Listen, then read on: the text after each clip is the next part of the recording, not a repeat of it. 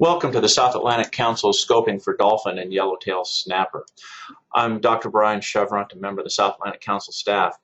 Before we get into this, I want to talk to you about what the council is doing with scoping here. Basically, what the council wants to find out is, what do you think about a couple of issues that they're considering for dolphin and yellowtail snapper management?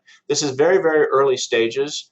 And so what the council is trying to do is say, we're thinking about doing something about this, but they want to find out what the public has to say. And so that's why we're doing this presentation, to give you a little bit of background about what the council's thinking and how you can participate and help the council flesh out its ideas. So what is the council considering? Well, right now they're considering separating the commercial dolphin sector annual catch limit into two separate gear-based sectors, one for the hook and line fishery and another for the long line fishery. And also they're considering ways to temporarily or consider permanently shifting allocation from one sector to another for the dolphin and yellowtail snapper fisheries. So why is the council considering changes to the dolphin fishery? Well, as you may well know, that the commercial dolphin fishery closed on June 30th, 2015 because its ACL had been met. And the council wants to try to find a way to keep the hook and line sector of the commercial fishery open all year. And while the commercial sector reached its ACL in 2015, nearly 6 million pounds of the recreational ACL was not caught. And so why is the council considering changes to the yellowtail snapper fishery? Well, the commercial yellowtail snapper fishery closed on October 31st, 2015 because its ACL was met. However, the recreational sector did not harvest nearly 600,000 pounds of its ACL in 2015. So let's get into some of the specifics here. So how would the dolphin gear allocations work? The council might decide to allocate a specific percent of the commercial ACL to the longline fishery, with the rest of it going to the hook and line fishery. And if the council does this, what would happen is that each sector would close once it had reached its ACL, yet the other sector would not be tied to that sector reaching its ACL. Or they could just choose to do nothing and leave things as they are. Well, what the council would like to know is, do you think there are other things that the council ought to consider in addressing this issue? So now, what is the council considering doing about allocations? The council is considering ways to shift allocation from one sector to another so that both sectors can have the longest fishing season possible. And these allocations could be just temporary on a by-season basis, or as needed, or be made permanently. So just get a little background. Here's the current sector allocations for dolphin. 90% of it's recreational, 10% of it's commercial. And the dolphin allocation is quite large. There's about 13.8 million pounds allocated to the recreational sector and about 1.5 million pounds allocated to the commercial sector.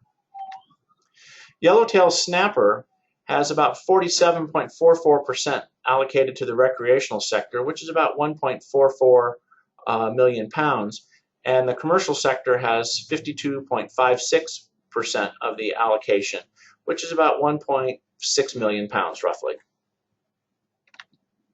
So some of the ways that the council is considering looking at allocations in a very general form is to look at a portion of the stock ACL, which is the recreational and commercial ACLs combined, could be put into a common pool that either could borrow from as needed. So each of the sectors would have their ACL reduced by a small amount, and that amount would be put into a common pool that either sector could borrow from as they needed.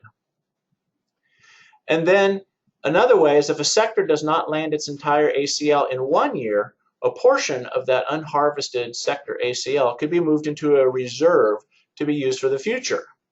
Limits could be placed on the percent of the ACL that must be unharvested before the transfer to the reserve could occur, the size of the transfer, and limits could be placed on the maximum amount of carryover in relation to the size of the sector ACL.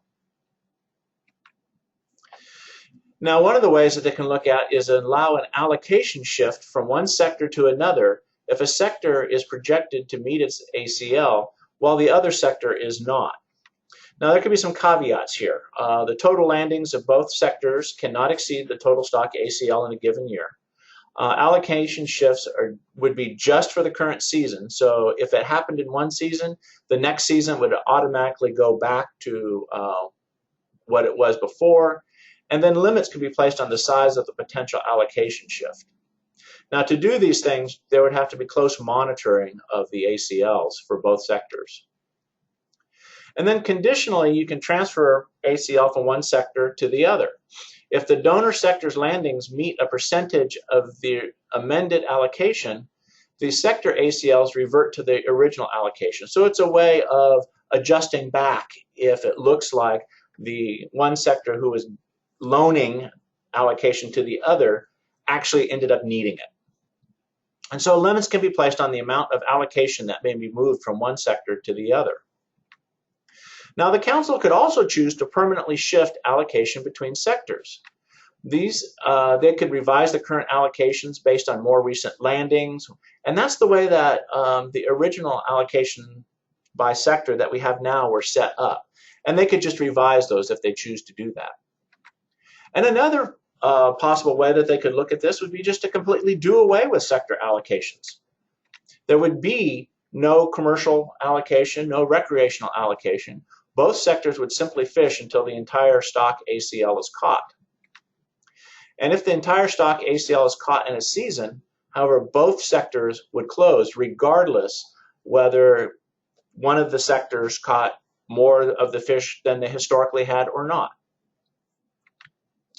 So the point we are at now is the council wants to know, what do you think that they ought to do? They want to hear from you.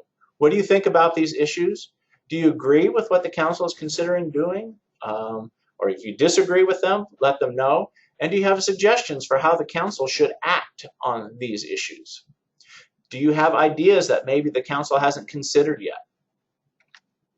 So what can you do at this point? Well, you can get informed, and one way to do that is by watching this presentation. You can download the scoping document from the council's website, and here's the link to do that.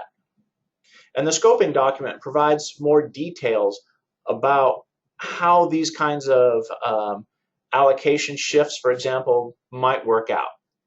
And these are just draft examples of what the council could do.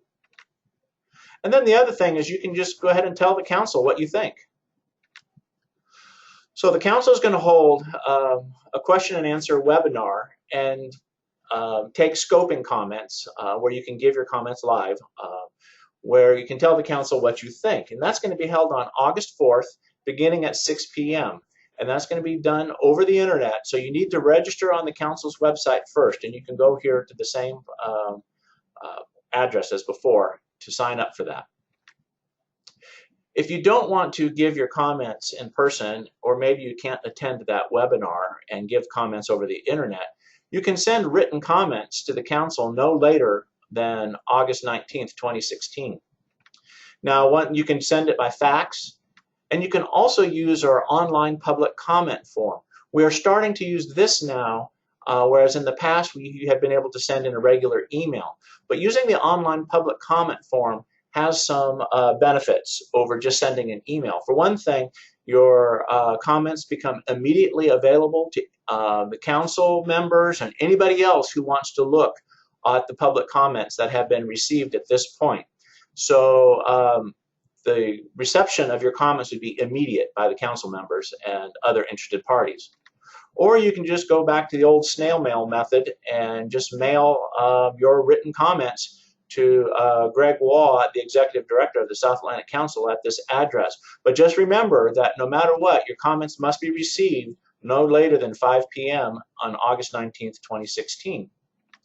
Now, if you have any questions, you can contact council staff. You can contact me, and here's my email address or my phone number, or you can contact John Hadley, and here's his email address and phone number. Well, that's it for the presentation.